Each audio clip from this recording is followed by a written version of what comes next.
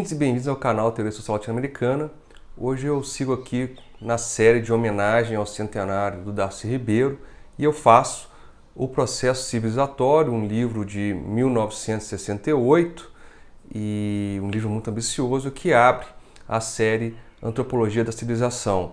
Deixo claro de imediato que o que eu vou fazer aqui são sínteses, não vou fazer o livro inteiro, capítulo por capítulo, mas algumas partes que eu considero que são mais essenciais.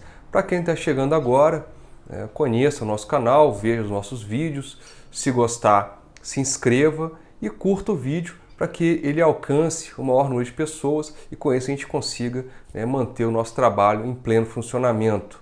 Indo ao que interessa, essa obra ela vem para preencher uma lacuna percebida pelo Darcy sobre a ausência, na verdade, de um esquema global de análise das etapas da evolução sociocultural, ainda que naquele contexto, dos anos 1960, já houvesse teorias que analisavam o desenvolvimento de maneira multilinear. O estudo, então, ele vai buscar ir além das teorias de médio alcance, aquelas limitadas a certos fenômenos que, ainda que explorem esses fenômenos em profundidade, são incapazes de incluí-los num quadro de uma processualidade maior.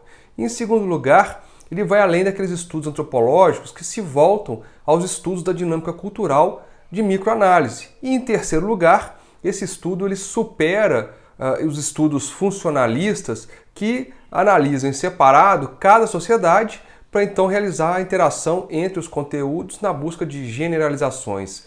E, em quarto, a necessidade de uma teoria da evolução sociocultural.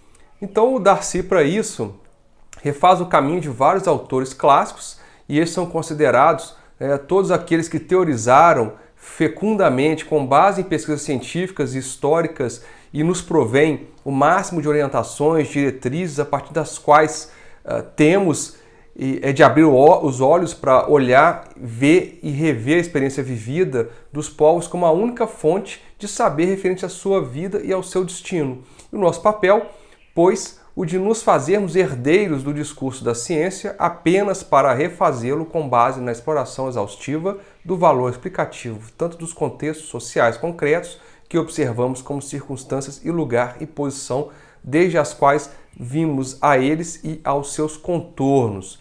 Então, o Darcy ele sistematiza os conceitos, as categorias e esquemas da dinâmica da evolução sociocultural formulados nos estudos clássicos e contemporâneos, e a partir daí são acrescentados um corpo de novos conceitos e categorias analíticas completamente novas. Então, o que eu vou fazer aqui são alguns pressupostos teóricos e começar a esboçar o que o Darcy vai desenvolver nesse clássico. Então, segundo o Darcy, a história da humanidade nos últimos 10 mil anos pode ser explicada em termos da sucessão de revoluções tecnológicas e de processos civilizatórios através dos quais a humanidade passa de uma condição generalizada de caçadores e coletores para diversos modos mais uniformes do que diferenciados de prover a subsistência, de organizar a vida social e de explicar as suas próprias experiências. Esses modos diferenciados de ser, mesmo que variem muito em seus conteúdos culturais, não variam arbitrariamente por três ordens de imperativos, segundo Darcy Ribeiro. O primeiro, o caráter acumulativo do progresso tecnológico. O segundo, de caráter relativo à estruturação da sociedade. Este em plena relação com o primeiro, de como se reproduzir, de como agir sobre a natureza e como organizar as relações sociais internas e externas. E o terceiro, ideológico simbólico, da relação entre o esforço de domínio sobre a natureza e de estruturação das relações socioculturais. Temos, então, o patrimônio simbólico dos modos de pensar e saber. Então, no curso da evolução sociocultural das sociedades humanas, essas experimentam dois processos simultâneos e complementares de autotransformação. Um responsável pela diversificação e o outro pela homogeneização das culturas. Então a diversificação cultural ela tende a multiplicar o seu contingente populacional, a desdobrar a entidade étnica em que este contingente se aglutina e a diversificar o seu patrimônio cultural, ou seja, pela movimentação, pelas diásporas, que se forma essa diversidade cultural. A homogeneidade cultural ela vai dizer respeito ao fato de que, ao invés de termos uma tendência infinita de diversificação, de exclusivismo de certo patrimônio cultural e de diferenciação crescente dos grupos humanos, o que temos é justamente a tendência à homogeneização dos modos de vida através da fusão de entidades étnicas em unidades cada vez mais inclusivas e da construção de patrimônios culturais dentro de linhas paralelas tendentes à uniformização, que é o processo de mundialização que a gente está vendo hoje. Então, desdobrando esses conceitos, a gente tem a diversificação sociocultural, que diz respeito à adaptação ecológica diferencial que colore com qualidades particulares a cultura de cada sociedade, especializando dentro de certo ambiente ou desviando seu rumo de desenvolvimento em razão de acontecimentos históricos particulares. O Darcy lembra que esse colorido, essa particularidade cultural, ainda que importantes para explicar o modo de ser de cada sociedade, não entra na análise do processo evolutivo, a não ser quando criam formas gerais de adaptação humana, formas adotáveis por outras sociedades, porque vão além do ajustamento a particularidades ambientais e do impacto de vicissitudes históricas singulares. A homogeneização cultural é a evolução sociocultural. O Darcy retoma uma concepção ontológica da humanidade, aquele fato que proporciona uma tendência à homogeneização, que é o fato de sermos todos humanos, essencialmente. Então, em primeiro lugar, ele considera que o homem deve atuar sobre a natureza, deve se ajustar às regularidades físico-químicas e biológicas externas a cada cultura. O papel homogeneizador, então, está justamente na tecnologia produtiva, que, por ser um modo de ação sobre a natureza, deve se ater aos requisitos desta. E por isso a gente encontra em todas as culturas um corpo mínimo de conhecimentos, objetivos e modos padronizados de fazer. O fato de ter alimentação, o cru e o cozido, o fato de ter uma habitação, construir uma moradia, a vestimenta, isso tudo é mais ou menos padronizado. A própria ideia de língua, são elementos mais ou menos ontológicos. Então a lógica das coisas se impõe às culturas, desafiando-as e a se desenvolver mediante a percepção de seus princípios e o ajustamento a eles. Bom, a segunda pista ontológica que o Darcy Ribeiro traz, são 3 contingências básicas de natureza extracultural que se somam a esse imperativo que eu mencionei. Então, a estrutura biológica do homem, a nossa existência enquanto espécie, essa determinação faz com que todas as culturas desenvolvam normas uniformes de orientação da ação adaptativa sobre o ambiente para a reprodução social, o que eu falei, coleta, caça, pesca, a forma de se morar, enfim. A vida associativa, ela vai exigir a criação de pautas culturais que propiciem o convívio e ordenem a interação social para a reprodução do grupo e para a reprodução econômica. A determinação psicológica, mais difícil de mensurar, mas responsável pela unidade essencial da estrutura neuropsicológica e mental dos seres humanos, fato que permite encontrar as mesmas soluções para desafios causais idênticos. Então o que a gente tem aqui são imperativos gerais de natureza cultural que vão consistir na capacidade especificamente humana de comunicação simbólica, que é responsável pelo enquadramento da vida social através da transmissão da herança cultural. Então cabe às culturas se desenvolver através da acumulação de compreensões comuns e pelo exercício de opções. E essa determinação de se reproduzir no interior desses quadros uniformizadores é o que permite às culturas evoluir direcionalmente. Essa forma evolutiva tende a ser, ao mesmo tempo, a mais capaz de variação e também de uniformidade do que a determinação biológica, por exemplo.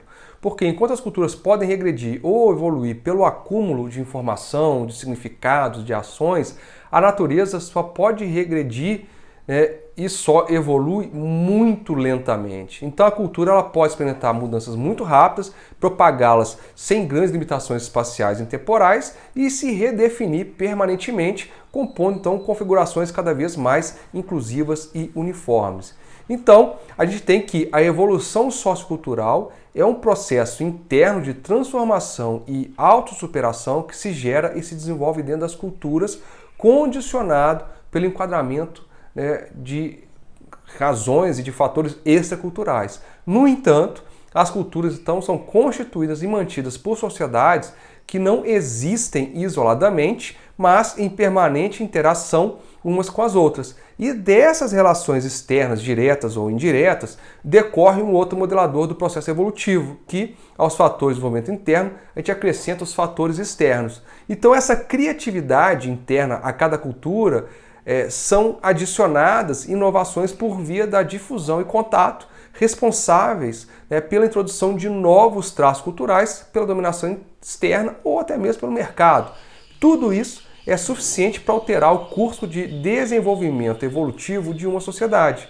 O Darcy sugere, então, que o desenvolvimento das sociedades e culturas é regido por um princípio orientador assentado no desenvolvimento acumulativo da tecnologia produtiva e militar. Certos avanços nessa linha progressiva correspondem a mudanças qualitativas de caráter radical que permitem diferenciá-las em etapas ou fases da evolução sociocultural. Essas etapas de progresso tecnológico correspondem a alterações e, por isso mesmo, uniformes nos modos de organização da sociedade e da configuração da cultura, o que o Darcy Ribeiro define como formações socioculturais. O fato de que as alterações produtivas e militares sejam movedoras das formações socioculturais, isso não exclui que transformações na ordenação simbólica das sociedades não possam acelerar a evolução histórica, como foi o caso da Reforma Protestante e dos nacionalismos que surgem no século XIX. O Darcy parte, então, da dialética do geral ao particular, é o que eu já falei em outros vídeos aqui sobre a questão do método marxiano. Então ele parte do fato de que a base tecnológica que se imprime como uma linha contínua no processo civilizatório geral e é comparável nas análises de alto alcance temporal e as grandezas de natureza social e cultural observáveis em médio alcance condicionam o surgimento e a generalização do processo tecnológico, ora retardando, ora acelerando mesmo. Por isso o conceito de processo civilizatório ele é importante, porque ele permite a abordagem conjunta do geral e particular, apreciando os fenômenos de desenvolvimento progressivo da cultura humana tendentes a homogeneizar as configurações culturais, mas também valoriza os fatores de diferenciação das culturas singulares, que são explicáveis em termos de suas adaptações a condições ecológicas e históricas específicas e como produto da inventividade própria de cada povo. Bom, foi um vídeo um tanto mais curto, mas mais conceitual e que apresenta alguns conceitos que o Darcy vai desenvolvendo ao longo dessa obra. Para quem ficou aqui, peço que se inscreva no canal, conheça os nossos vídeos, curta os nossos vídeos e, como eu sempre digo, a América Latina existe, a América Latina insiste. Um abraço e até o próximo vídeo sobre o processo civilizatório, que eu vou discutir aqui os esquemas conceituais.